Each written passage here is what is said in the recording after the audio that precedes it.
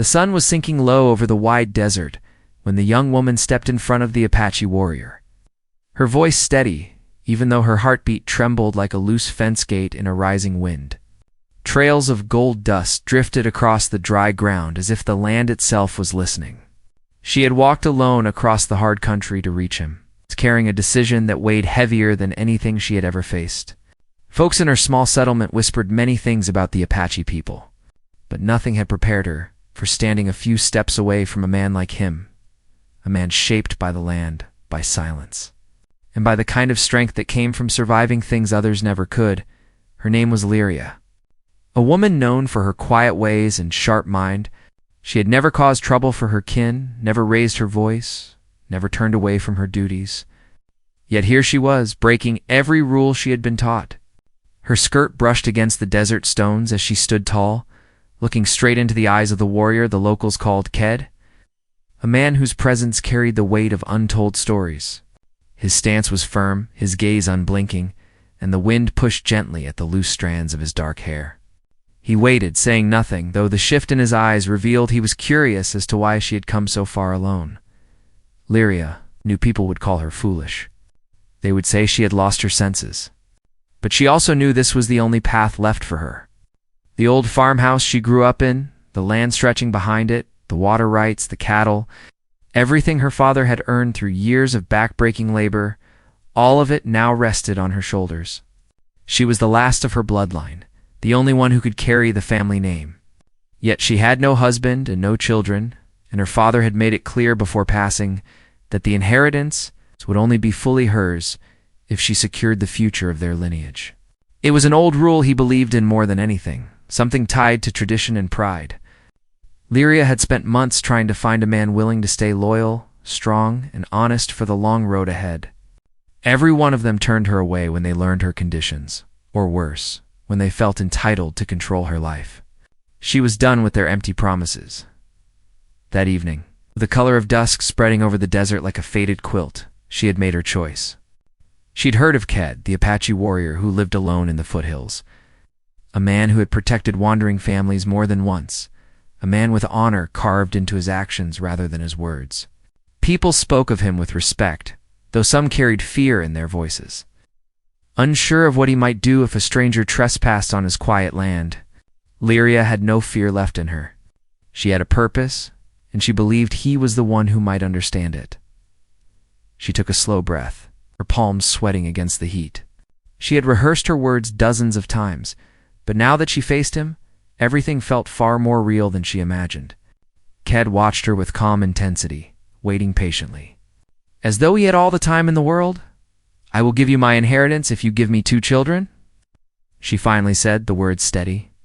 Though her heart pounded so strong, she thought he might hear it in the stillness of the air. The moment stretched between them. The desert wind grew quieter, almost respectful of what had just been spoken. Lyria felt a strange relief wash over her simply because the words had escaped her lips. She had said them, and they could not be taken back. Ked did not move, yet something shifted in the space around him. Lyria felt the weight of his attention settle on her, not sharply, but deeply, as though he was trying to understand the truth beneath her strange request. His expression remained unreadable, but the tension in the air said he had heard every layer of meaning in her voice. She stood tall, refusing to look away. Even as the back of her neck warmed under the intensity of his gaze, he was a man who had faced storms, battles, losses. He was not easily startled, but her offer was unlike anything he had expected. His people valued children beyond measure, not as possessions, but as blessings from the land itself. To hear such a request from a settler woman shocked him more than he cared to show. Lyria felt her breath tighten when he stepped closer. She had expected him to refuse immediately or laugh at her boldness. Instead, he studied her face with a seriousness that made her spine tighten. He seemed to be searching for something, weighing whether this woman was genuine or desperate, or hiding a truth she dared not reveal. Her fingers curled gently as she held her ground. "You crossed the desert alone to say this," he said, his voice low and strong. "Why would a woman give her land to a man she does not know?" His question was fair, and she had known it would come. She gathered her courage, reminding herself why she had chosen him rather than any man in her settlement. She had seen the way Ked carried himself. The quiet discipline in his movements, the calm strength that came from hardship and honor. She had chosen him because he was not like the others. He did not chase wealth or status. He lived with purpose. She needed a man like that to secure what her father had built. "My land is worth nothing if no one lives to claim it after me," she said. "I need someone who will honor the future of my family. Someone strong. Someone who keeps his word. And I believe you are that man." Her honesty unsettled him more than her offer. He had heard settlers speak of land as if it were gold. But she spoke of it with responsibility and sorrow, as though the inheritance she carried was a burden she refused to let die. The desert breeze carried the scent of sagebrush and sun-baked soil, and the world felt strangely quiet around them. Lyria took another step closer. "I need two children. That is the condition for the inheritance. I cannot do this alone. I do not need a husband if he sees me as a prize or something to control. I need a father for the future. A man who stands with honor. A man who understands what life demands." Ked's jaw tightened. He had lived without ties for a long time, his heart scarred by old losses he did not speak of. The idea of children stirred something buried deep in him. But he also sensed she was holding something back. Something that made her request far heavier than her words revealed. She felt the dryness of her throat, the heat on her skin, the fear that he might walk away without a word. But she had come too far to step back now. Her voice softened, but her resolve remained firm. "If you refuse, I understand. But I will not return to my land without trying." The warrior raised his head slightly, the fading light catching the strong lines of his face. His silence stretched longer than before, and Lyria wondered if she had made a terrible mistake. Her pulse hammered, and the desert around them began to cool with the approaching night. Ked finally spoke, but not with the answer she expected. "What are you not telling me?" he asked quietly. And just as the first star appeared above the horizon, her breath caught, because the truth she feared most was the very thing she knew she would have to reveal next. She had no choice. And if she told him, everything could change. Lyria felt her breath falter when Ked asked that question. It struck deeper than she expected, as though he could see the truth hiding behind her steady voice. The desert around them had grown darker, the fading light stretching long shadows across the ground. She looked toward the far mountains to gather her courage before she answered, but the words tangled in her chest. She had spent months protecting what she carried inside her, guarding it from judgment and whispers. Now she stood before a man she barely knew, forced to open the part of her life she had buried so carefully. Ked did not step closer this time. He remained still, giving her room, giving her time. That alone unsettled her even more. Most men pushed or demanded answers. He simply waited. Lyria swallowed, her fingers brushing lightly against her skirt as if she needed something to ground herself. She knew she could not bring her truth all at once. She had to start from the beginning. "From the place where everything had gone wrong, my father passed last winter," she finally said, her voice low but steady. "The land became mine, but only if I fulfilled the condition he left behind. He believed the family name should not end with me. He believed a woman alone cannot carry a future large enough for the land he built." Ked listened without interrupting. His face did not soften, nor did it harden. It remained unreadable, like the desert stone that never revealed its secrets. She went on, her gaze drifting to the cactus silhouettes standing like silent guards around them. "After he passed, many men came offering marriage, not for me, but for the land. They wanted control, not partnership. Some spoke sweetly until they learned I would keep the title and my name. Others said a woman like me should not hold land at all." She paused, feeling her stomach twist with old anger. "I refused all of them." Ked nodded slightly, acknowledging her words. Yet she sensed he still waited for the deeper truth. She wet her dry lips and continued. "I thought I still had time to decide my future. But then something happened on the ranch. Something I didn't tell anyone except the old doctor in the next town. He warned me to keep quiet until I found someone I trusted." Her throat tightened as she chose her next words carefully. "This is what I haven't told you." Ked's expression sharpened. Not with anger, but with recognition that something serious was coming. Lyria breathed in. "There are men who believe land should pass to them by force, if not by choice. One of them was determined to take mine. He tried to convince my father before his passing and after the funeral. He convinced himself that I would eventually give up." Her voice grew tense, each word carved from old fear. "When I refused him, he turned threatening. He began coming near the ranch too often, watching from a distance, circling at dusk. One night he forced his way into the barn while I was there." Ked's jaw clenched slightly, a subtle sign that her words hit him hard. But Lyria lifted her hand quickly, needing him to know what she had carried alone.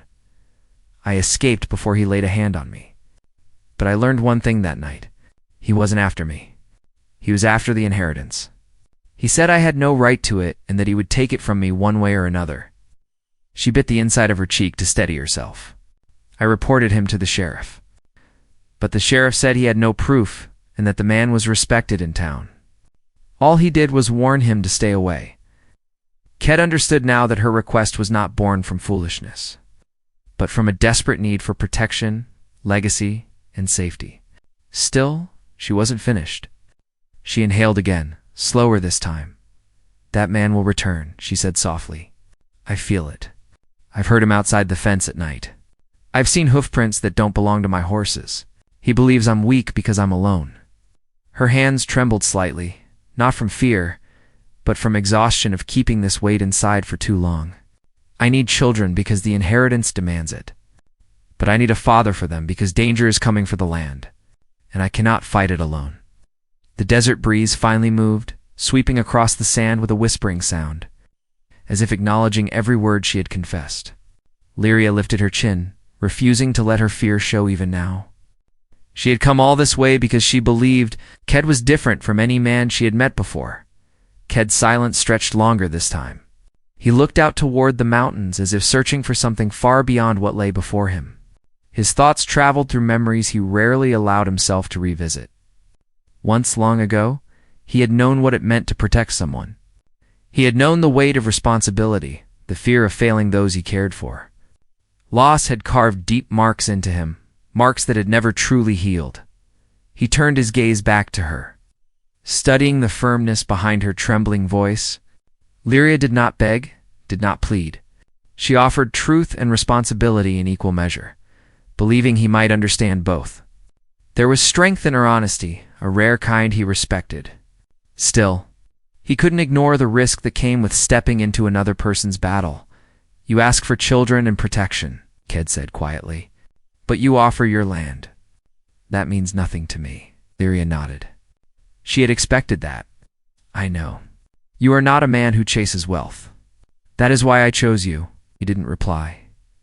She took one careful step closer, her voice even softer now.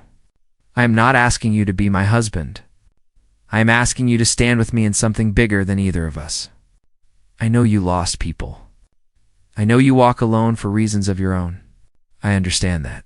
But I see honor in you, and I trust your strength." Ked looked away for a moment, the muscles in his shoulders tightening. The past she mentioned stirred something raw inside him. He had indeed lost people.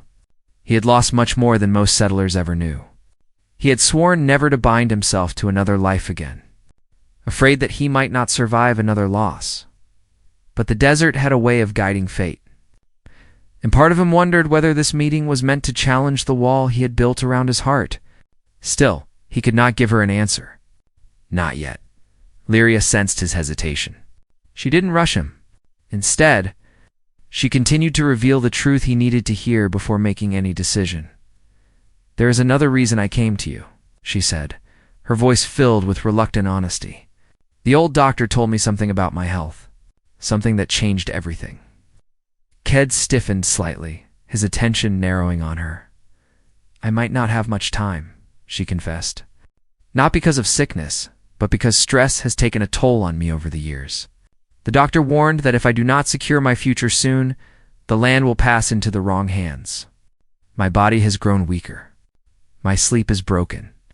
My nerves are worn. He said, I must secure the inheritance before the stress breaks me. Ked watched her closely. There was no weakness in her posture, but he saw the truth in her eyes. She had fought alone for too long. You came to me as your last hope, he said. She nodded once. Yes, you are my last hope. Ked's chest rose slowly as he took a deep breath. The weight of her words pressed heavily upon him, stirring something old, something he thought he had buried deep in the quiet hills he called home. His past warned him to stay distant. His heart whispered something else. The sky had grown darker, stars scattering across the horizon like sparks from a distant fire. The desert night wrapped around them, still and expectant. Finally, Ked spoke. His voice steady but unreadable. You trust me, he said, but you do not know the storms of my past. Lyria swallowed. Then tell me. For the first time, his eyes shifted away from the mountains and back to her with a depth that carried stories she could not yet imagine. There are things you must understand before you tie your future to mine, Ked said, his tone lower than before. Things that have followed me across many seasons, and if you stand beside me, they may come for you too. Lyria's breath caught again, but she did not step back, and in the stillness of that moment, the air tightened between them, as if the desert itself waited for him to reveal what he had stayed silent about for years. Ked stood in the deepening twilight, his profile cut in sharp lines against the rising moon. For a long moment, he said nothing. Then, as if he had made a quiet peace with himself, he turned slightly so she could see more than the hard mask he usually held in place. The guarded look in his eyes shifted into something older, something shaped by years of loss and distrust. Lyria felt the pull of it, like a silent current under the surface of still water. She knew whatever he was about to say would change the way she saw him. I once had a family, he began, his voice low, not by blood, but by responsibility. My younger sister, my uncle, the children of our people. The land we lived on was far beyond these hills. Traders came first, then soldiers, then men hungry for gold and pasture. They wanted to force us away from the river we had lived beside since before my grandfather's time. When my uncle stood against them, they burned our homes and called it law. Lyria's chest tightened. The calm strength in his voice made his story even more painful. He did not tell it to gain her pity. He told it to make her understand the storms he carried behind his quiet eyes. She listened without speaking, knowing he needed the space to let the memories rise and settle in their own way. I fought them, Ked continued. I did what I could. But a man cannot stand alone against a tide of men backed by the badge and the gun. The children scattered to other camps. Some of our people traveled north. Others refused to leave the graves of their kin and paid the price for standing their ground. I survived, but the ones I loved were taken from me. His jaw clenched silently. Since then, I have kept to myself. I live on the edges. I protect travelers when I can. I work for those who treat me with respect. But I do not tie my life to anyone. That way, when the storm returns, it takes only me. Lyria let the weight of his confession sink in. The inheritance she fought for suddenly felt different in the shadow of his story. Her battle was against a greedy settler and a law twisted in favor of the powerful. His battle had been against a world that decided his people were an obstacle to be cleared away. Yet here they stood, two lives with different scars, both circling the same question about whether to trust each other with the future. The men who took your land? She asked softly. Do they still hunt you? Ked gave a measured shrug. Some of them are dead. Some have moved on. But men with the same hunger still walk this country. They see my face and think of stories told around their tables. To them, I am trouble, no matter how quietly I live. If they learn I stand beside a ranch woman claiming land others want, they will not let it rest. Your enemy is not the only one who may come. The danger that had been a shadow in Lyria's thoughts now took shape. Her problem with the land thief was already enough. The idea of drawing more trouble to her door made her stomach knot. Yet when she glanced at Ked, she also saw the depth of his caution. He was not protecting only himself. He was warning her honestly, giving her every chance to turn away from this path. I already live with danger, she said at last. If I face it alone, I will break. If I turn away from you now, I will return to the ranch still hunted, still without the family my father demanded I build. I am asking you to share risk with me. I cannot promise safety. Only the truth. Ked studied her in silence. He had known many settlers who spoke of courage only when the danger was far away. Lyria was different. Her courage came wrapped in quiet fear, but it was courage all the same. He could see that she had weighed her choices, that this was not an impulsive act. While they stood on the desert ridge, another story began unfolding miles away. In the small town of Arroyo Bend, a man named Calder leaned against the rough banister of the saloon porch.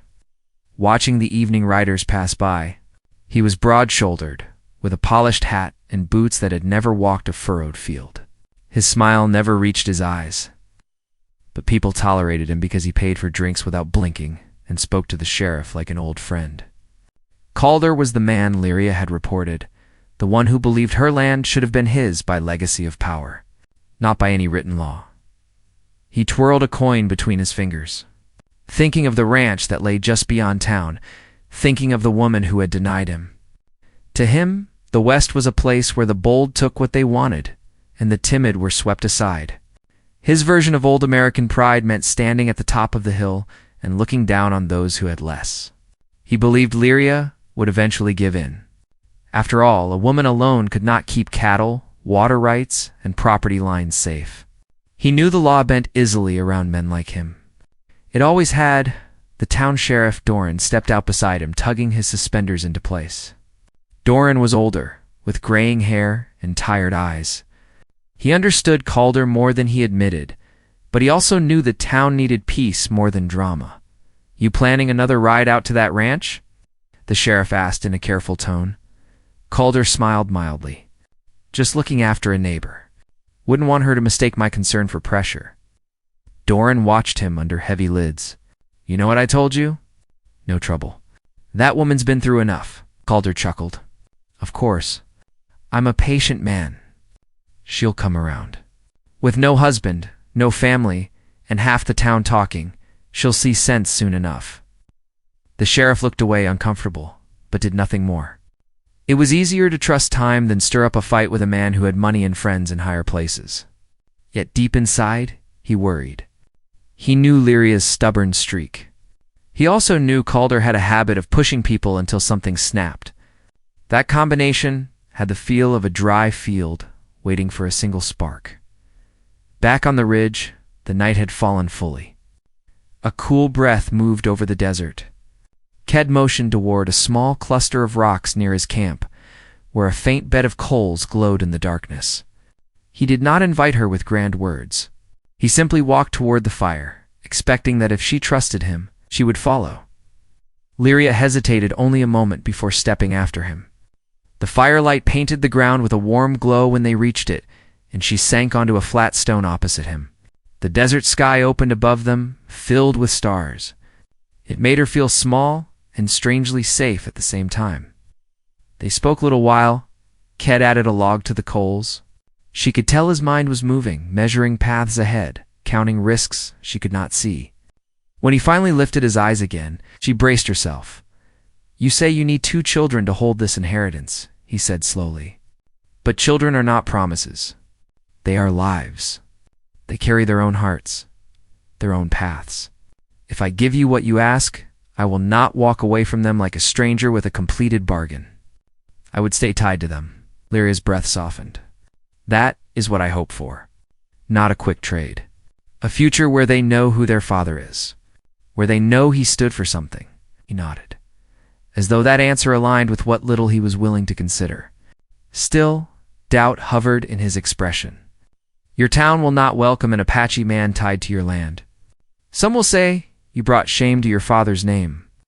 Others will say I forced you. I've lived my life by other people's approval," she replied quietly. "It has not given me peace.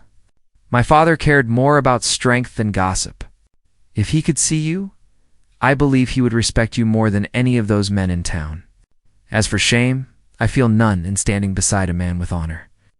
There was a softness in her voice that Ked had not heard before. something that carried respect, and something else he hesitated to name. That softness unsettled him more than the talk of danger. He had learned to walk alone because it meant he did not have to worry about the hearts of others. Now this woman spoke as if she was ready to tie her fate to his without one clear promise from him in return. The tension between them twisted tighter like a rope pulled from both ends. Far away, in the dark shadows near Lyria's ranch, hoofbeats pressed into loose dirt, Calder sat atop his horse just beyond the fence line, watching the quiet house. Only one lamp burned in the small window. He imagined Lyria pacing inside, anxious and worried. In reality, she was miles away beside a desert fire, but he did not know that yet. He only saw what he wanted to see, a woman slowly wearing down under loneliness. He told himself he was patient, but something sharper simmered beneath his calm expression.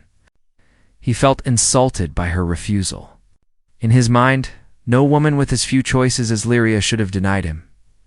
He turned his horse slowly, studying the layout of her land.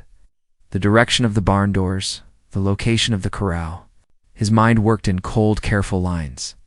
When he finally rode back toward town, carried with him a plan he had not fully shaped, but knew he would soon desire to test. Back at the fire, Ked finally broke the silence. "If I agree to stand beside you, the storms of your world and mine will meet on your land," he said. "Your enemy will not back away because of me. Those who have long memories of my people may add their voices against us. You may lose friends. You may lose trade. You may find doors closed to you." "I already feel doors closing," Lyria answered.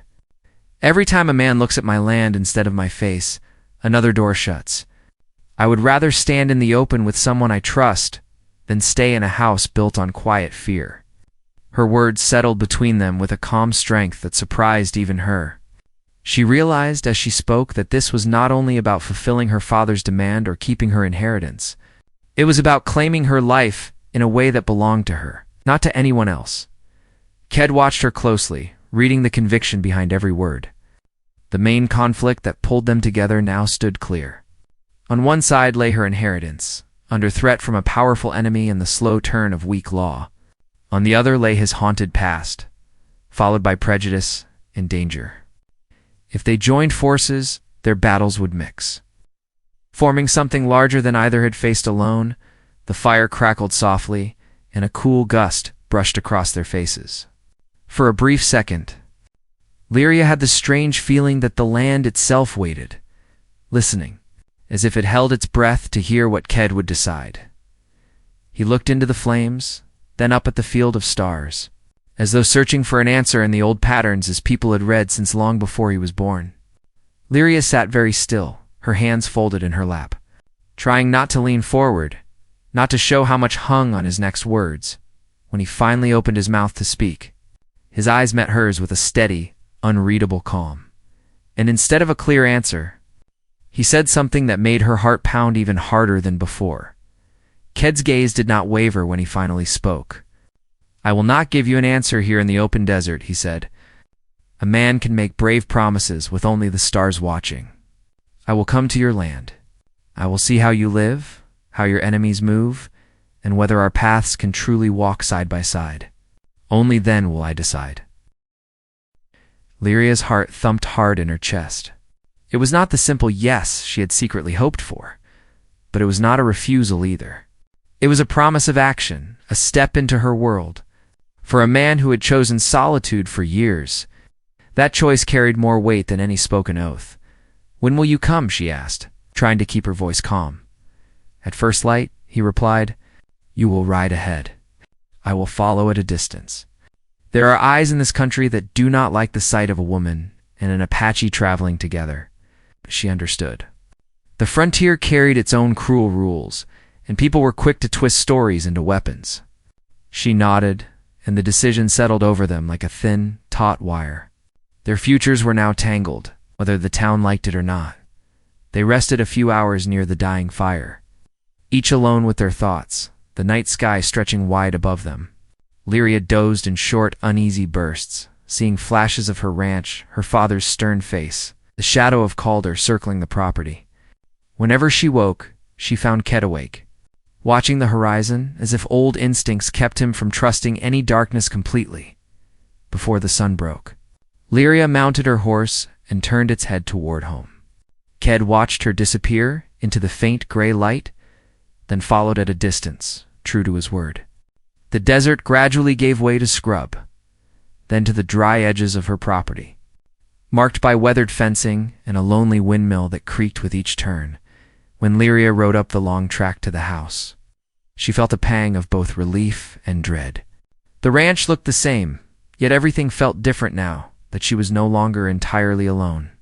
She unsaddled her horse, pretending this was just another morning, while inside her ribs every beat reminded her that somewhere just beyond the rise, an Apache warrior paused to study her land. Ked approached only after he had circled the outer edge of the property, memorizing the lay of the ground, the angles of the barn, the weak points in the fence. He saw the prints of horses that did not belong to her, leading to the far side of the creek and back. His jaw tightened. Calder had been here more than once.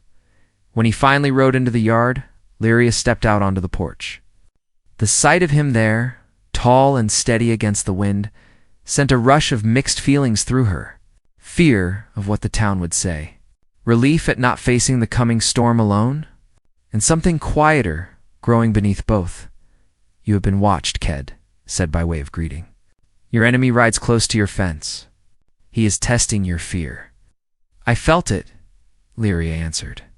"I just did not know how close he had come." Ked dismounted and stood with his hand on the saddle. "You brought me here to stand with you. If I stay, I will not hide in the shadows while another man circles your home." She nodded and swallowed. "Then you are welcome on this land. My father might not have understood everything about you, but he would have recognized a protector when he saw one."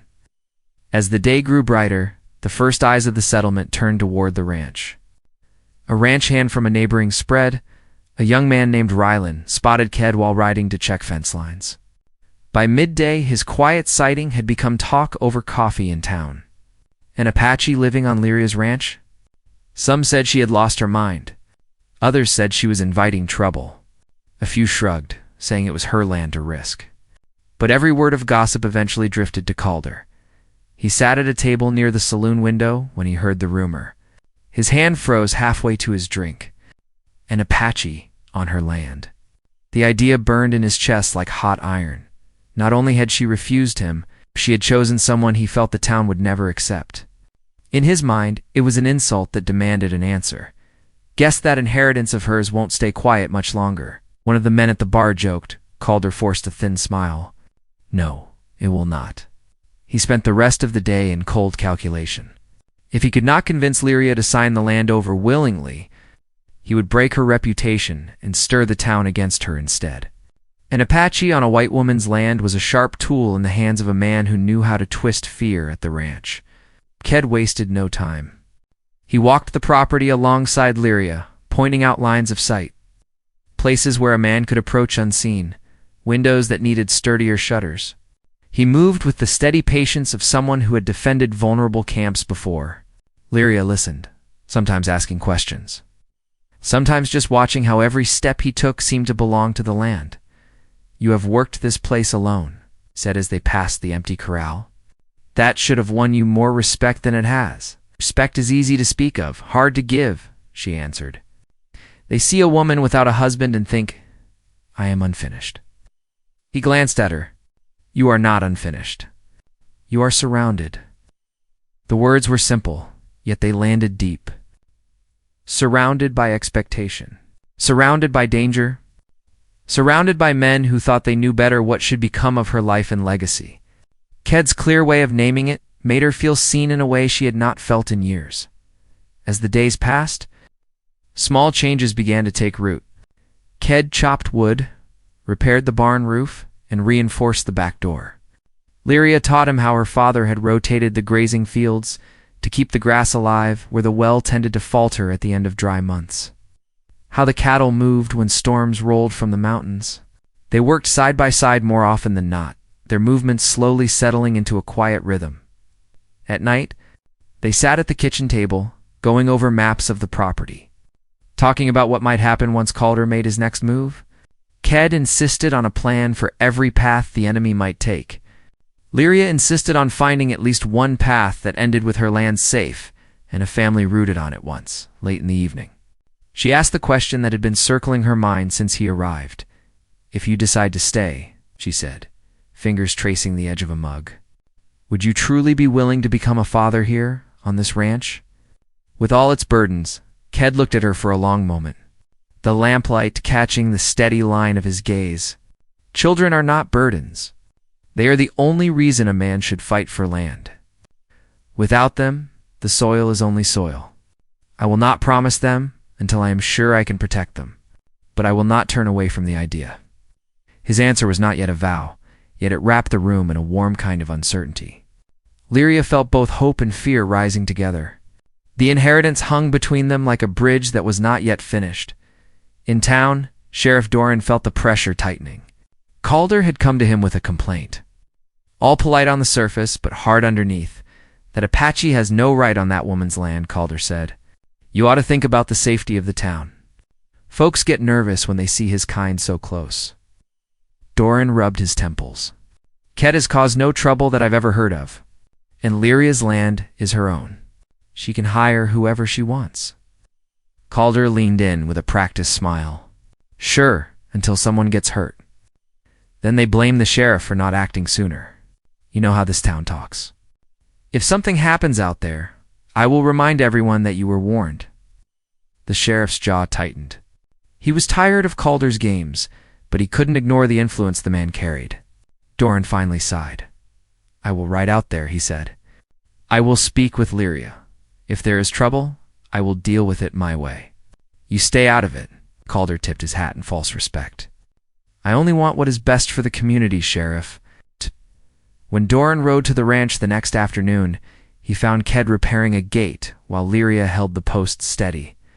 The sight struck him with a strange mix of unease and reluctant admiration. They moved in quiet unity, not like a frightened woman and a dangerous stranger, but like two people bound by a common task. Afternoon, Doran called as he approached. Lyria straightened, brushing dust off her hands. Sheriff, what brings you all the way out here? I hear you have company, he said. Glancing at Kaede. Kaede set down his tools and met the sheriff's gaze without flinching. Doran saw no wildness there, only watchful calm. He is here because I asked him to be, Lyria said. This is my land, Sheriff. I am within my rights. Doran shifted in his saddle. You are, but the town is restless. Calder has been stirring talk. Folks are saying an Apache staying under your roof is trouble waiting to happen. Trouble has been circling my land long before Ked arrived, she replied. You know that. I came to you about Calder, and you sent me home with only a warning for him. Now, I am handling things my own way. The sheriff flinched at the quiet truth in her words. He looked at Ked again. I do not want blood on this soil. Not from town men, not from you. Then calm your town, Ked said softly. Their fear is the match. Not me. Doran sighed. There is talk of challenging the legality of your claim. Lyria Calder says your father promised him first refusal if you could not secure a family. I have seen no paper that shows that, but men with money often find papers when they need them. Lyria felt a rush of cold move through her body. He is lying. I believe you, Doran said. But belief does not always stand against stamped ink and witnesses who are paid to remember things that never happened. There might be a hearing. Maybe even men sent out here to pressure you. So that is it, she murmured. He tries the law after threats fail. Ked stepped closer to her, a quiet wall of strength at her side. Let him come with his papers, he said. Land does not answer only to ink. It answers to those who work it. Doran watched the way they stood, side by side, and knew any attempt to separate them now would only bring more trouble. Yet he also knew Calder would not stop. The sheriff turned his horse. I will delay things as long as I can, he said, but you should be ready. I fear this is going to end out here, not in any town office.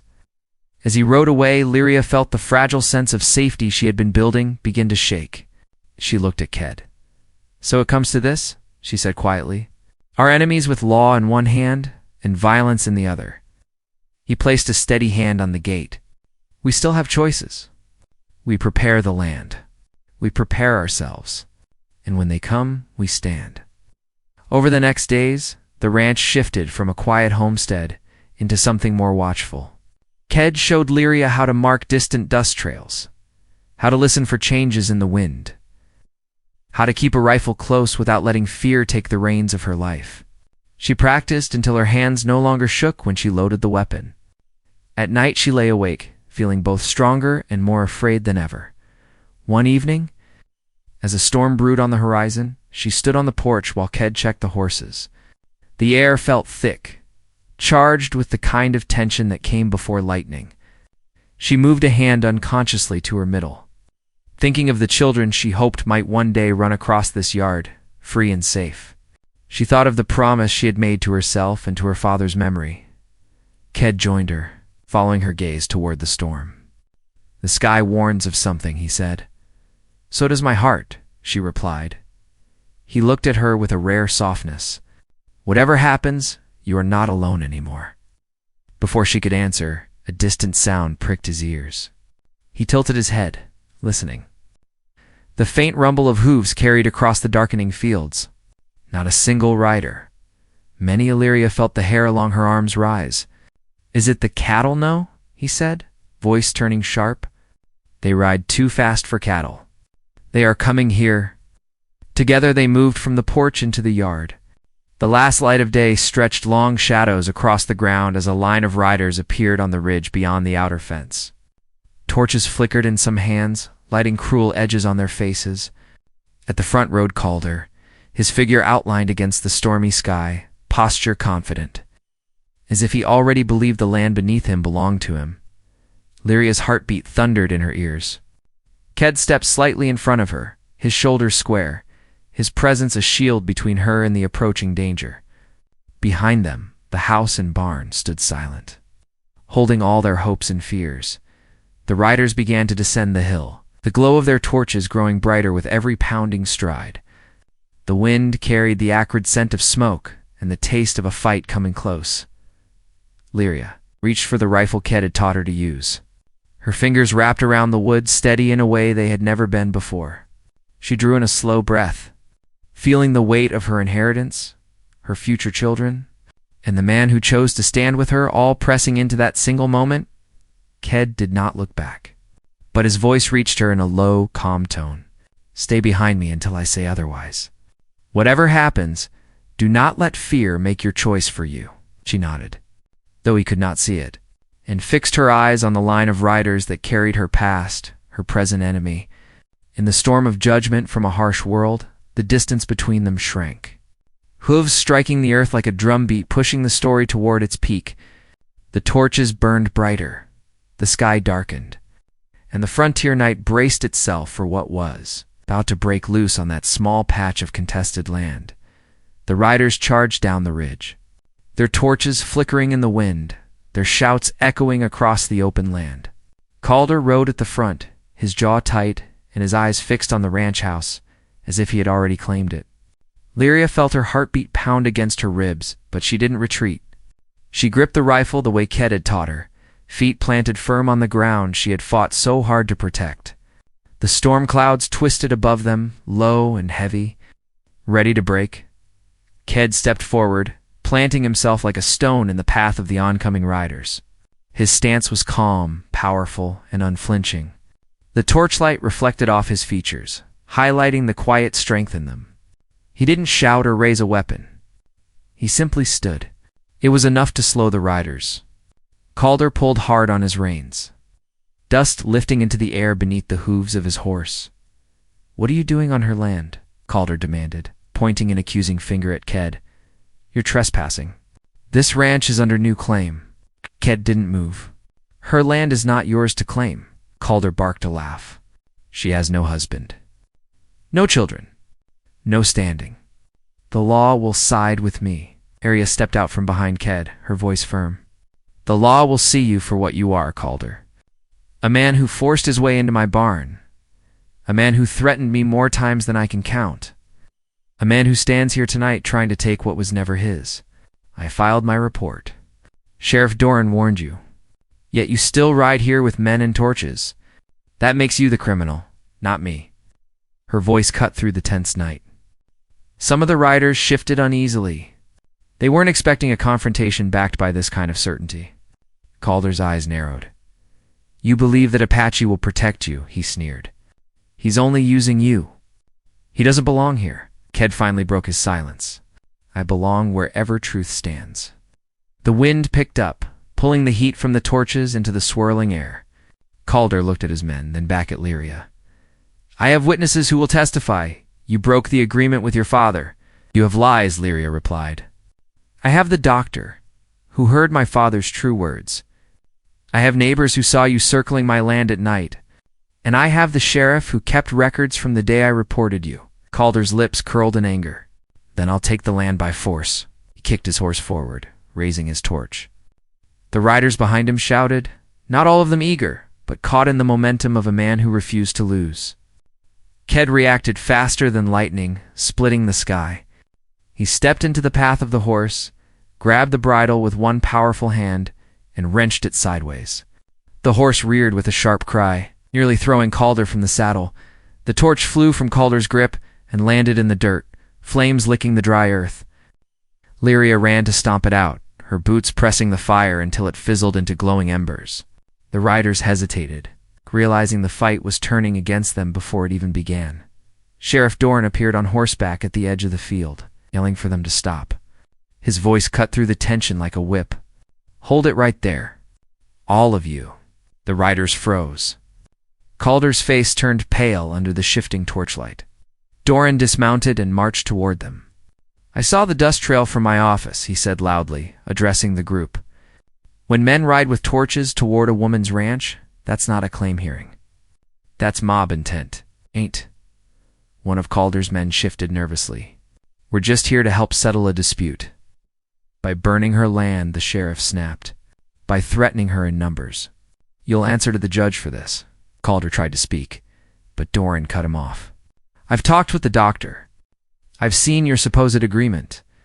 The dates don't match. The signatures are forced. And this ride tonight proves everything," Lyria said. Silence fell across the field. The riders slowly lowered their torches, shame washing over some of them. Calder's power shrank in the night air, like smoke losing its fire. "Dismount," Doran ordered. "All of you." The men obeyed. Calder resisted, but two riders who had once feared him now pulled him off the saddle and held him by the arms. Calder glared at Lyria with rage and disbelief.